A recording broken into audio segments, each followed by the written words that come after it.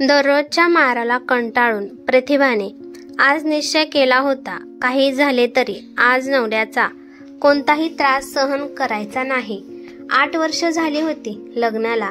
माहेरची परिस्थिती तशी नाजूकच होती, पण बापाने कष्ट करून मिळेल ते काम करून लग्न छोट्या बहिणीचा मुलगा विक्रम बरोबर लावून दिले. लग्नानंतर 8 वर्ष सगळं काही सुरळीत चाललं होतं.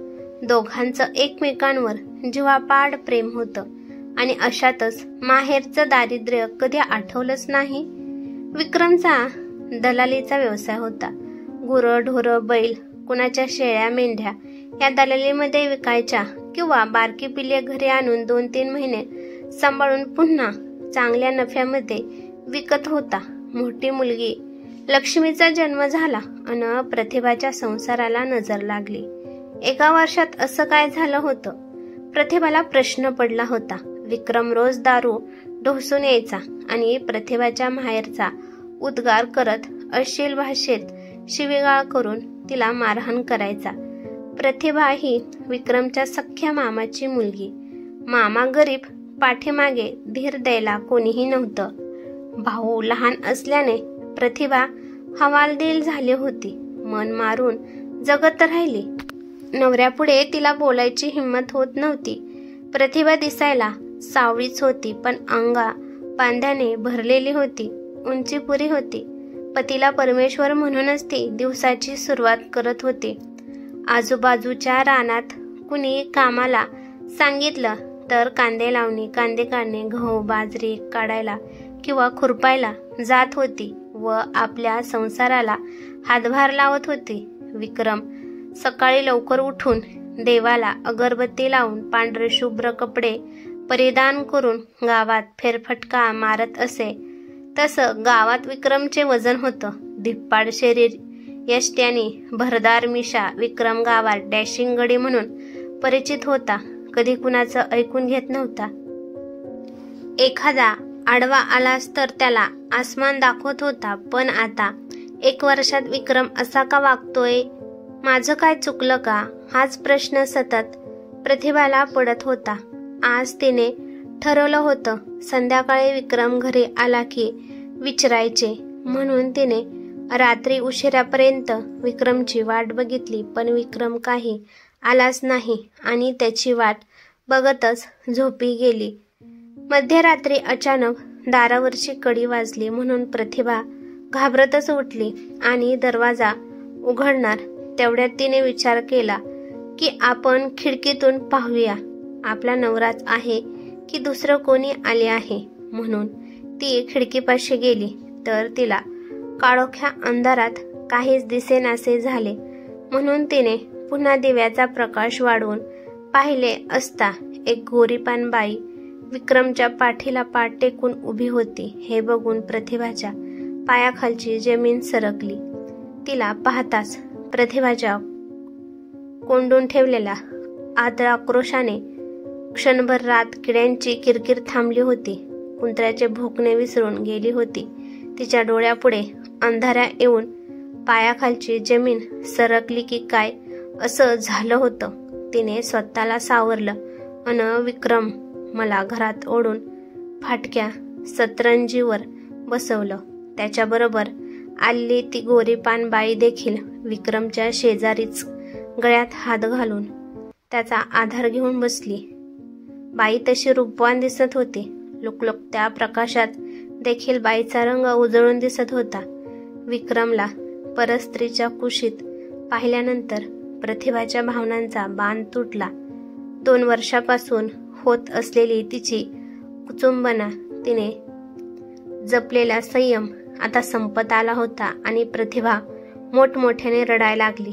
शेजारी झोपलेली 1.5 वर्षाची लक्ष्मी चिमुकल्या डोळ्यांनी पाहत होती तर विक्रम दारूच्या नशेमध्ये त्या बाईकडे एकटक बघत होता. ए बाई, तुला मोठ्याने रडायला काय झाले? तुझा नवरा अजून जिवंत आहे आणि या घरात राहायचे असेल तर गप गुमान राहायचं. मी सांगेल तसं करायचं. लय तोंड चालवायचं नाही, नाहीतर मी दुसरे लग्न करेल. म्हणून मी सवत आणली तुला दाखवायला. आम्ही कोर्टात जाऊन लग्न करण्याचा निर्णय घेतला आहे आणि आता ही मैना इथेच राहणार आहे. तुझ्याबरोबर लग्न करून इतक्या दिवस झाले, तुला मुलगा होत नाही. लक्ष्मी व्हायच्या आधी 3 वेळा मुलीचे गर्भ पाडलेत. मला वंशाचा दिवा पाहिजे. डॉक्टरने सांगितले तुला मुलगा होणार नाही. विक्रमच्या तोंडून ऐकलेले शब्द तिच्या एक मनावर घाव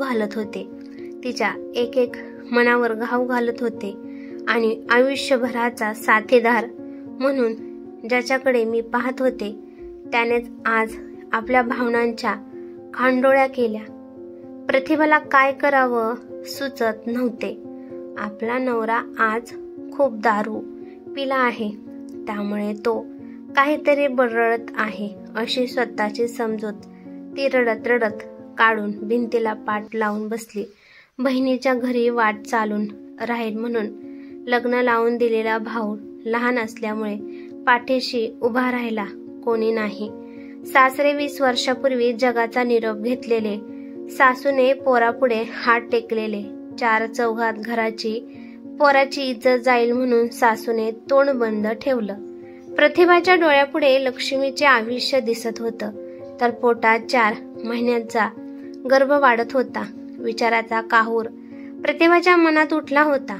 अशा विचारातच तिला कधी डोळा लागला कळलं नाही. सकाळी पक्ष्यांच्या किलकिलाटाने प्रतिभाची झोप मोडली आणि बघते तर काय, विक्रम रात्री दारू पिऊन कपड्यावरच ओकारी करून घाण केलेले कपडे धुवायला काढून ठेवले होते. कपड्यांजवळ 100 रुपयाची नोट ठेवून विक्रम आणि मैना पहाटेच घरातून निघून गेले होते.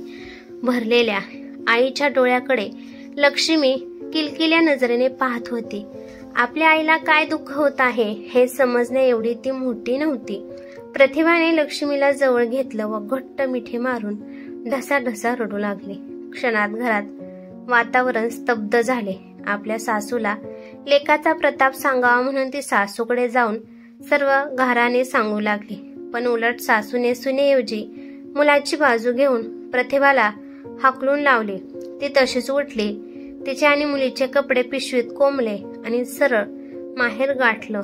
झाली गोष्ट तिने बापाच्या कानावर घातली. सुरकत्या पडलेल्या बापाच्या चेहऱ्यावर प्रतिभाने नजर टाकली.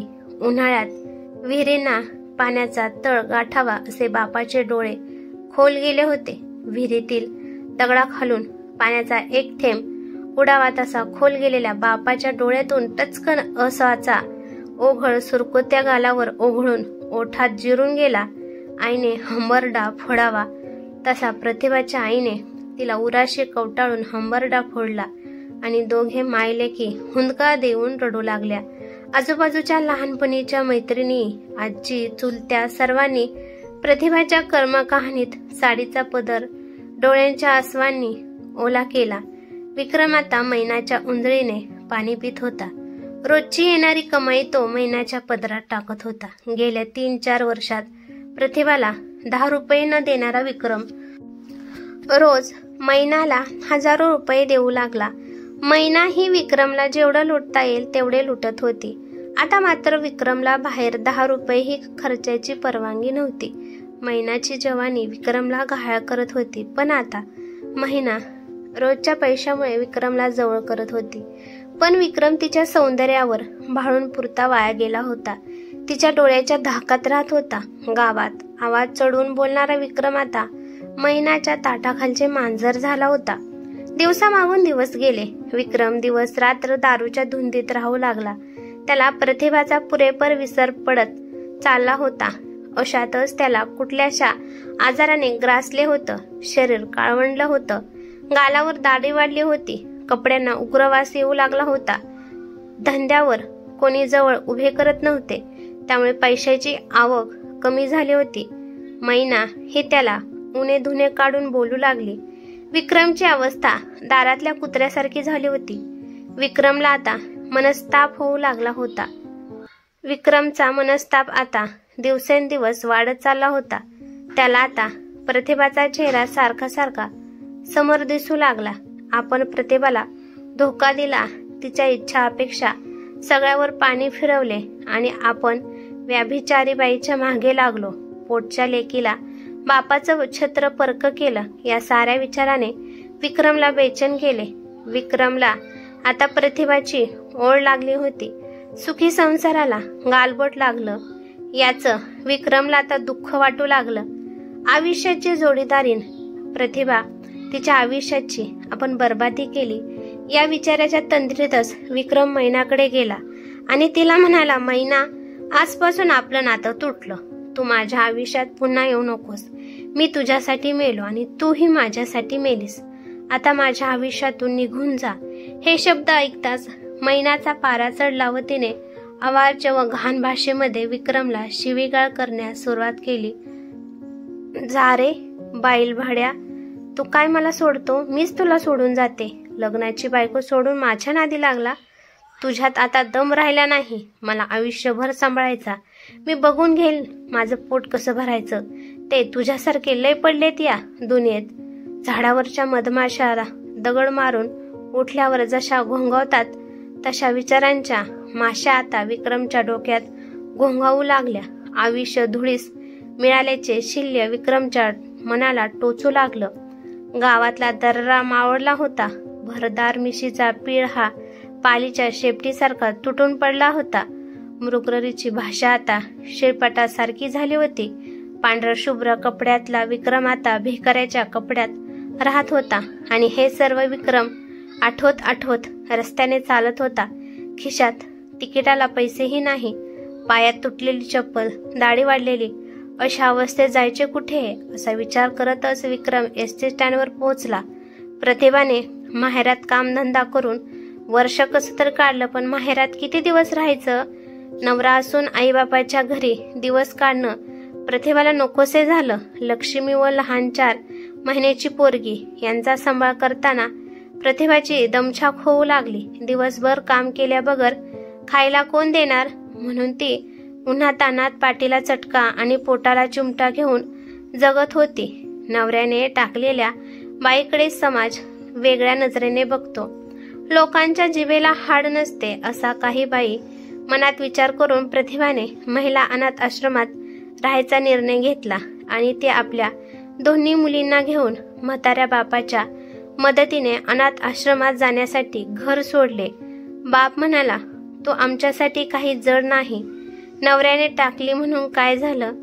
आम्ही थोडीच तुला सोडणार आहे. शेवटी मी तुझा बाप आहे.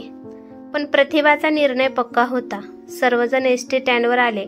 गाडीला अजून अर्धा तास उशीर होता म्हणून प्रतिभा लक्ष्मीला घेऊन पाणी पिण्यासाठी गेली तर तिथं विक्रम दोन्ही हाताची ओंजळ करून पाणी पित होता. भुकेने व्याकुळ झालेला विक्रम घटाघटा पाणी पित होता. प्रतिभाने भिकारी समजून विक्रमकडे लक्ष दिले नाही. मात्र विक्रमचे लक्ष गेले ते लक्ष्मीवर. लक्ष्मीला पाहताच विक्रमने तिला जवळ घेऊन कडाकून मिठी मारली. तिला उराशी कवटाळून तो ढसाढसा रडायला लागला. त्याच्या रडण्याचा आवाज ऐकून एसटी स्टँडवरील आवाज शांत झाला. वातावरण गंभीर झालं. कोणाला काहीही सुचेना. सर्वजण विक्रमच्या बाजूने गोळा झाले. लक्ष्मी मागे आली नाही म्हणून प्रतिभाने मागे वळून पाहिलं तर तिला गर्दी दिसली. तशीच तिने गर्दीत घुसून पाहिले तर लक्ष्मीला विक्रमने मिठीत घट्ट पकडून ठेवले होते आणि तिच्या गळ्यात पडून तो मोठ्याने रडत होता.